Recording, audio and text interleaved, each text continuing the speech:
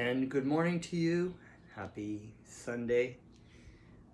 My name is Janapati Das, and I have been creating these reading of the Krishna book, the translation, the summary, and compiling of the 10th canto of the Srimad Bhagavatam into the Krishna book.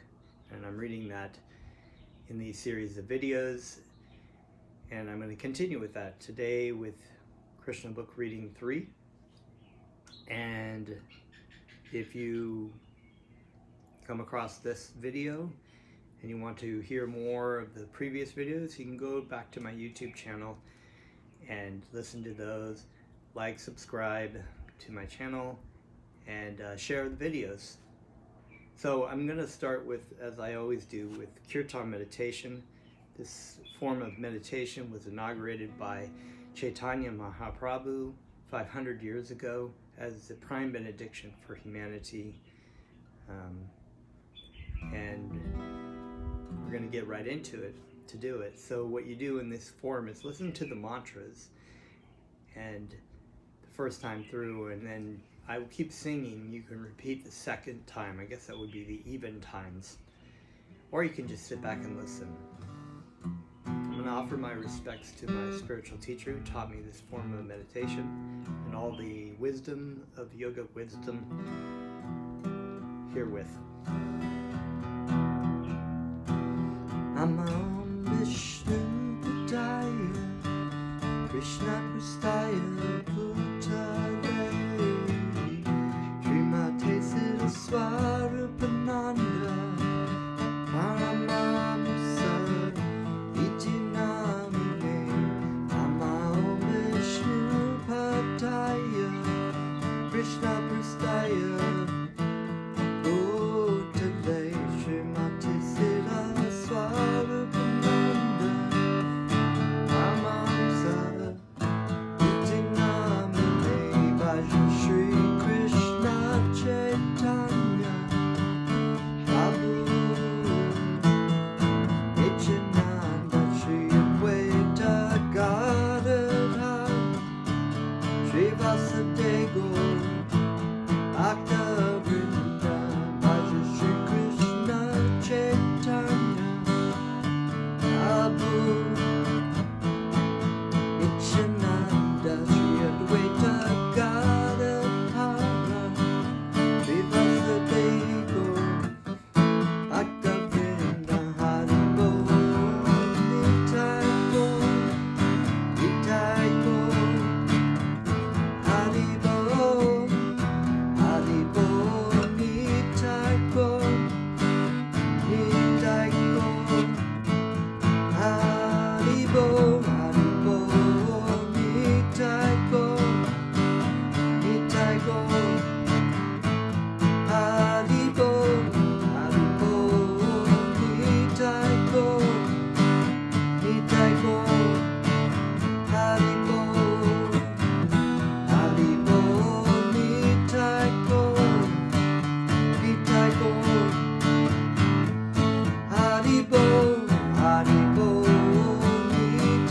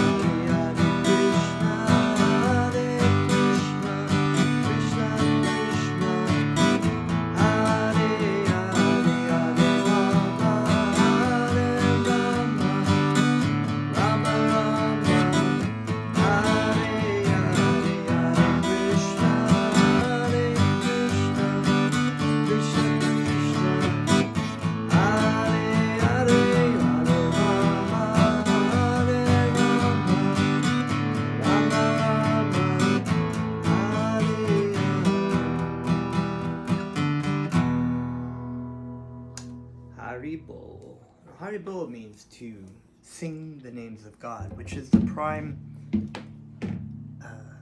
form of meditation in this day and age. The hearing and chanting of the Supreme Personality of Godhead. So we are finishing up our introduction by AC Bhaktivedanta Swami. AC Bhaktivedanta Swami Prabhupada is the spiritual master of my spiritual master, and he translated and made commentary upon this 10th canto of the Srimad Bhagavatam. When he came to the United States, which is a story in itself, he was already quite old in his 70s, well into his 70s, on his way over because of the instruction that his spiritual master had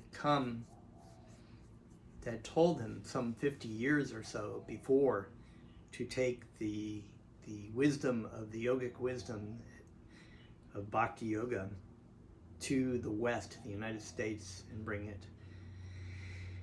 And because previously nobody knew about Krishna, and there was no, in the United States, there wasn't, very few people knew about that. So he, at a very old age, got on a ship, got a ticket on a ship. It wasn't like, at that time he didn't fly, he took a ship. And on his way over, he had a stroke and still came over and managed to, in the middle of winter, come and start something that was a very amazing journey, because eventually there were so many people. He translated so many books, and he taught people about chanting the names of Krishna and the wisdom of the Vedic yoga wisdom. And we'll get more into that later. So what we're going to do is we're going to continue reading about first of all, the introduction that he started, and then perhaps we'll get a little bit into the first chapter, because I know you're eager to hear about the stories. Thus, everyone in any condition of life should be interested in hearing about Krishna and his activities, because he is the supreme absolute truth, the personality of Godhead. He is all-pervading. He is living within everyone's heart, and he is living as his universal form. And yet, as described in the Bhagavad Gita, he appears as he is in the human society just to invite everyone to his transcendental abode, back to home, back to Godhead. Everyone should be interested in knowing about Krishna, and this book is presented with this purpose, that people may know about Krishna and be perfectly benefited in this human form of life. In the 9th canto of Srimad Bhagavatam, Sri Baladev is described as the son of Rohini, a wife of Vasudeva. So Sri Baladev, Balaram, is actually the older brother, the expansion of Sri Krishna. Vasudeva, the father of Krishna, had 16 wives, and one of them was Rohini, the mother of Balaram. But Balaram is also described as the son of Devaki, so how could he be the son of both Devaki and Rohini? And this story, the Krishna story, will get into how it is that he had these different mothers and his story. This was one of the questions put by Maharaj Parikshit to Shukadeva Goswami, and it will be answered in due course. Maharaj Parikshit also asked Shukadeva Goswami why Sri Krishna, just after his appearance as the son of Vasudeva, was immediately carried to the house of Nanda Maharaj in Vrindavan Gokula. He also wanted to know what the activities of Lord Krishna were while he was in Vrindavan and while he was in Mathura. Besides that, he was especially inquisitive to know why Krishna killed his maternal uncle Kamsa. So, if you haven't heard these stories before, these are just a little bit of preludes of, like, you can catch these things about his uncle and his mother and being transferred to another place. So these are all stories that we're going to get into when we read the chapters in the Krishna book. Also, he asked how many years Lord Krishna remained in human society, how many years he reigned over the kingdom of Dwarka, and how many wives he accepted there. A Kshatriya king is generally accustomed to accept more than one wife. Therefore, Maharaj Parikshit also inquired about his number of wives. So I'll touch upon things as we go along here, but basically we have this term Kshatriya. In the Vedic society, there is what's called the Varnashram system, and in the case of different levels of society, there are in the upper part of the society, there are Brahmanas, who are priestly class. And then there are the Kshatriyas, who are the administrators and kings, warriors. Then there's the I'm drawing a blank. I shouldn't be drawing a blank, but we have Brahmanas, Kshatriyas. Then we have the merchant caste below that, and then we have the Shudras, which are usually the laborers. And this is every level of this caste is what used to be what would form society. And the more recent system of things like untouchables was actually not originally in the Vedic system. There was not an untouchable society or caste, and that was it. That was externally put upon the Vedic system later, but it was not accepted originally. But anyway, so the Kshatriya king is generally accustomed to accept more than one wife. Therefore, Maharaj Parikshit also inquired about his number of wives. The subject matter of this book is Shukadeva Goswami's answering these and other questions asked by Maharaj Parikshit. The position of Maharaj Parikshit and Shukadeva Goswami is unique. Maharaj Parikshit is the right person to hear about the transcendental pastimes of Krishna, and Shukadeva Goswami is the right person to describe them. If such a fortunate combination is made possible, then Krishna Katha, remember the word Krishna Katha, which has to do with the pastimes, or the stories, or the activities of Krishna, immediately becomes revealed. And people may benefit to the highest possible degree from such a conversation. This narration was presented by Shukadeva Goswami when Maharaj Parikshit was prepared to give up his body fasting on the bank of the Ganges, in order to assure Shukadeva Goswami that by hearing Krishna Katha he would not feel tired. Maharaj Parikshit expressed himself frankly. Hunger and thirst may give trouble to ordinary persons or to me, but the topics of Krishna are so nice that one can continue to hear about them without feeling tired, because such hearing situates one in the transcendental position. It is understood that one must be very fortunate to hear about Krishna Katha seriously, like Maharaj Parikshit. He was especially intent on the subject matter because he was expecting death at any moment. Every one of us should be conscious of death at every moment. This life is not at all assured. At any time one may die. It does not matter whether one is a young man or an old man. So before death takes place, we must be fully Krishna conscious. At the point of his death, King Parikshit was hearing Srimad Bhagavatam from Shukadeva Goswami. When King Parikshit expressed his untiring desire to hear about Krishna, Shukadeva Goswami was very pleased. Shukadeva was the greatest of all Bhagavat reciters, and thus he began to speak about Krishna's pastimes, which destroy all inauspiciousness in this age of Kali. Shukadeva Goswami thanked the king for his eagerness to hear about Krishna, and he encouraged him by saying, "My dear king, your intelligence is very keen, because you are so eager to hear about the pastimes of Krishna." He informed Maharaj Parikshit that hearing and chanting of the pastimes of Krishna are so auspicious that the processes purifies the three variety of men involved: he who recites the transcendental topic of Krishna, he who hears such topics, and he who inquires about him. These pastimes are just like the Ganges water which flows from the toe of Lord Vishnu. They purify the three worlds, the upper, middle, and lower planetary systems. So that's the end of the introduction by AC Bhaktivedanta Swami Prabhupada.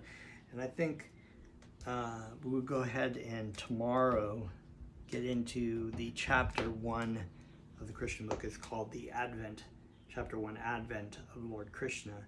And we will get in that. I'll leave that for tomorrow.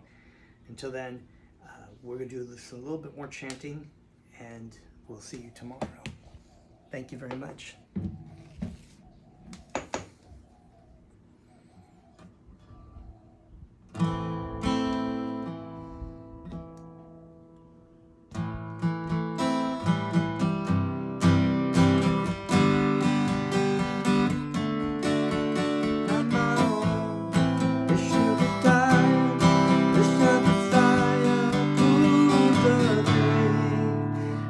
Janapati Siddhaswarupanada Namam Sati Namine Ajat Namam Vishuvadaya Krishna Prasaya Pujane Janapati Siddhaswarupanada Namam Sati Namine Ajat Shri Krishna Chaitanya Prabhu Nityananda, Advaita Gadadha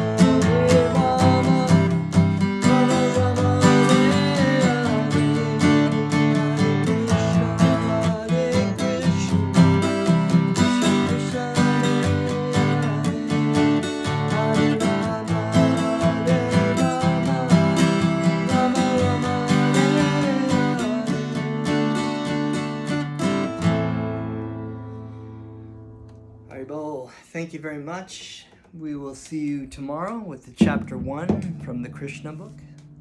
Aloha.